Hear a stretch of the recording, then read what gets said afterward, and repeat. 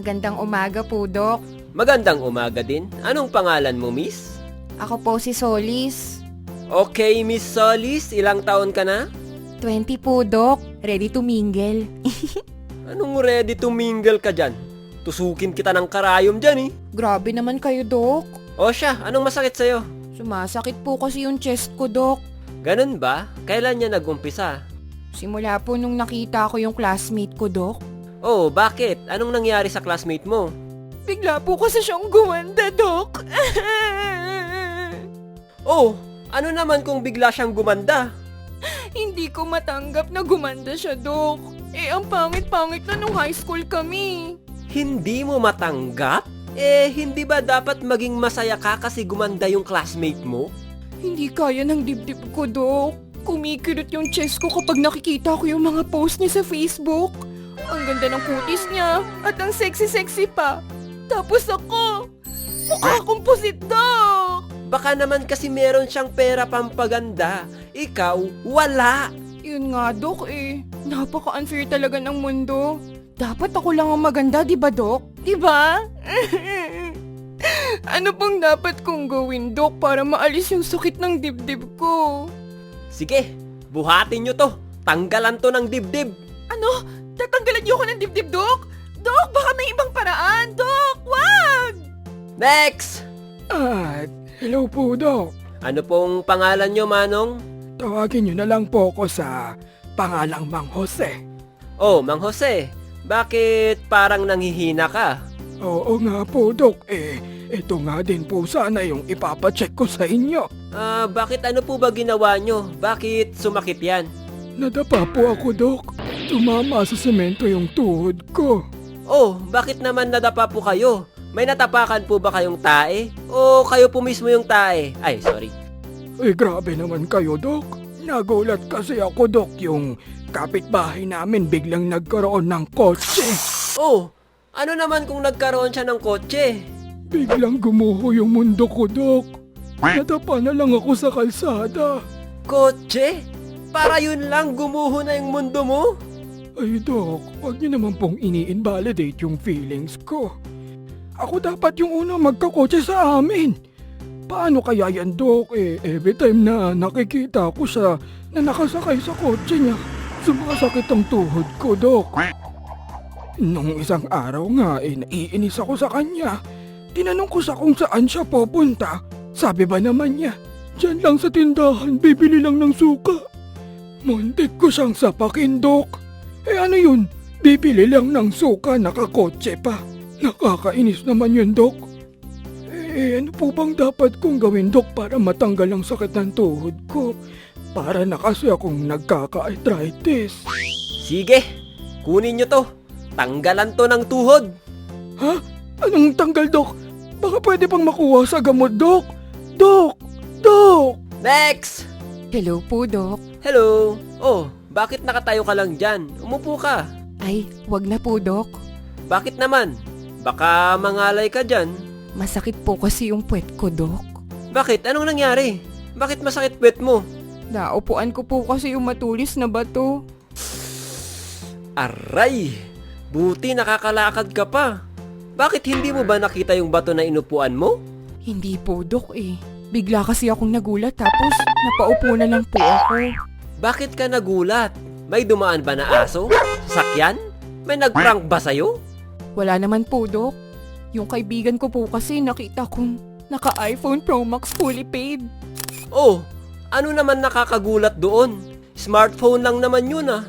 Nilalang nilang yung iPhone, Dok. Alam niyo po ba kung magkano yun, ha?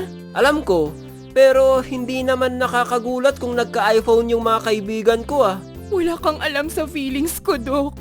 Dapat parehas kaming may iPhone.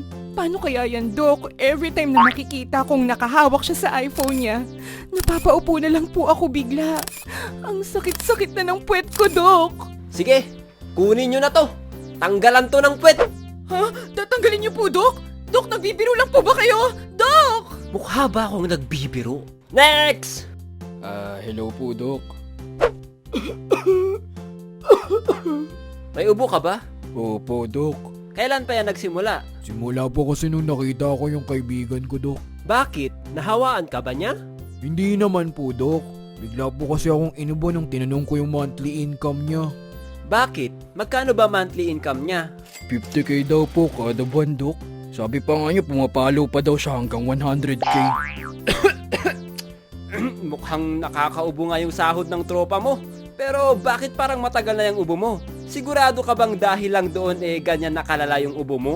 Lumala po yung ubo ko nung nalaman kong nagtitinda lang pala siya ng fishball at kikiam sa palengke.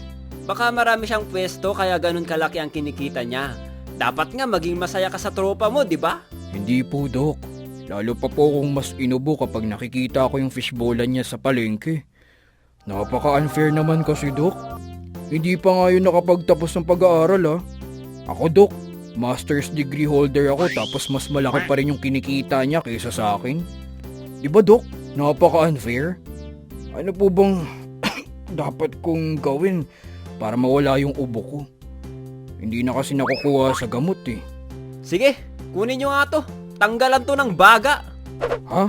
Dok? Dok, bakit tanggal agad, Dok? Dok! Next! Hello po, Doc. Hello, anong pangalan? I'm Trisha po. Anong masakit sa'yo, Trisha? Feeling ko, Doc, may back pain ako. Saan? Sa upper ba o sa lower? Sa lower po. Ano bang work mo? Lagi ka bang nakaupo? O baka kakatwork mo yan sa TikTok? Wala po akong work ngayon, Doc. Ah, so palamunin ka. Hoy, grabe naman si Doc. Nag-a-apply pa lang po. Kaka-resign ko lang eh. Nag-a-apply daw. Wala kang trabaho, wala kang ginagawa. Bakit sumakit yung likod mo? May humampas ba? Nabangga ka ba? May nag-flying kick ba sa'yo? Nakahiga po ako sa sofa, Doc. Habang nagpi-Facebook ako, pagka-scroll ko, nakita ko yung post ng dati kong ka-work. Oh, ano naman ang kinalaman ng post niya sa pagsakit ng likod mo? Biglang sumakit yung likod ko, Doc, nung nakita ko yung post niya na nasa Japan siya. May picture pa siya ng Mount Fuji. Napupuntahan niya pa yung Nara Park, kung saan maraming deer. Feeling ko, Doc, iniinggit niya ako eh. Mga picture lang naman yun ah. Anong nakakainggit dun? Doktor po ba talaga kayo, Doc? Hindi mo ba pangarap makapunta sa Japan? Wala bang sumasakit sa katawan mo kapag may nakikita kang mga kakilala mo na nakakapunta sa gusto nilang bansa? Pangarap ko din naman makapunta sa Japan. Pero hindi naman ako nagkakaroon ng sakit na ganyan. Siguro sakit sa bulsa, oo. Kasi kailangan ko ng pera makapunta sa Japan. Ewan ko sa'yo, Doc. Hindi ka ata tao. Ano po bang dapat kong gawin para mawala yung sakit ko sa likod, Doc? Every time kasi na may nakikita akong nagta-travel sa Japan, sumasakit yung likod ko, Doc. Sige, kunin nyo to. Tanggalan ng likod yan. Sarap sampalin eh. Ano? Tatanggalin niyo po likod ko? Paano po ako makakapag-travel niyan, Doc? Doc! Next! Hello, Doc. Magandang araw po. Hindi maganda yung araw ko ngayon, kaya umayos-ayos ka ha. Bakit, Doc? Ano po nangyari sa araw niyo? Malalaman mo na lang mamaya kung hindi ka umayos. Ano bang ipapacheck mo? Yang mata mo ba? Paano niyo nalaman, Doc? Ayan oh, naka-sunglass ka. Hindi naman tirik yung araw. Tsaka nasa loob ka ng building oh. Malamang may nangyari dyan. Ay, obvious pala, Doc. Papacheck up ko nga po sana tong sore eyes ko. Oh my God, na sore eyes yan. Nanilip ka no? Grabe naman kayo, Doc. Napaka-judgmental niyo naman. Kasi yung mga ganyang sore eyes, pangmanyakis yan eh. Ano bang nangyari at nagkaganyan ka? Kasi, Doc, nasilaw po ako sa bubong ng kapitbahay namin eh. Baka naman kasi maganda yung bubong nila. Nakakasilaw sa ganda. De, joke lang. Yun na nga po yun, Doc eh. Ha? Seryoso? Nag-renovate kasi sila ng bahay. Pinapataas po nila yung bahay nila kaya nagkaroon ng second floor. Yung magandang bubong nila, tanaw na tanaw ko sa bintana ko, Doc. Every time na dumudungaw ako sa bintana namin, nasisilaw ako sa bubong nila, Doc. So anong ginawa mo? Pinintahan ko sila, Doc. Pinagmumura ko sila. Sinabi ko na, bakit kayo nagpataas ng bahay nang walang pahintulot galing sa akin? Tingnan nyo, oh, nagka-sore eyes tuloy ako dahil sa ginawa nyong bubong. Ginanon ko sila, Doc. Ang kapal naman ng mukha mo para sabihin yun. Grabe naman kayo, Doc. Ako na nga yung nagka-sore eyes tapos ganyan pa sasabihin nyo. May gamot po ba kayo dyan, Doc, para mawala yung sore eyes ko? Leche, nakakasira naman ng matatong taong to. Sige, Kunin nyo na tong taong to. Tanggalan to ng mata. Ha? Dok? Dok, baka naman meron lang kayo dyang eye drops para sa mata ko. Dok! Dok, wag! Hello po, Dok. Mukhang stress po kayo dyan ah. Talaga. Kaya wag ka nang dumagdag ha. Grabe naman si Doc. Doktor kayo. Dapat mahaba ang pasensya nyo sa mga pasyente. Tama ka. Sige, tignan natin kung mahaba pasensya ko sa'yo. Anong ipapacheck mo sa akin? Doc, nagkaroon ako ng skin allergy sa leeg. Kaya pala may scarf ka dyan sa leeg mo. Baka may nakain ka na allergic sa'yo.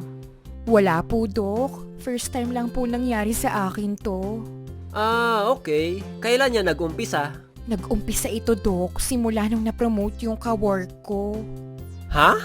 Nakaka-allergic ba yung promotion ng kawork mo? Baka doon ka na-stress. Baka kasi na-trigger yung allergy mo nung na-stress ka. Parang ganun na nga, Doc. Na-stress kasi ako eh. Ginawa ko na ang lahat para ma-promote ako. Naging sip-sip na ako sa boss namin. Siniraan ko na nga lahat ng kawork ko dun eh. Nagmukha na nga akong tagapagmana ng business ng boss namin tapos hindi pa rin ako na-promote. Oh my God, nangangati yung leeg ko. Dok, gawan niyo naman to ng paraan. Nice. Huling pasyente na nga lang ganto pa. Sige, kunin nyo na din to. Tanggalan nyo ng leeg yan. Dok, hospital po ba ito? Bakit tatanggalin niyo yung leeg ko? Allergy lang naman to Dok!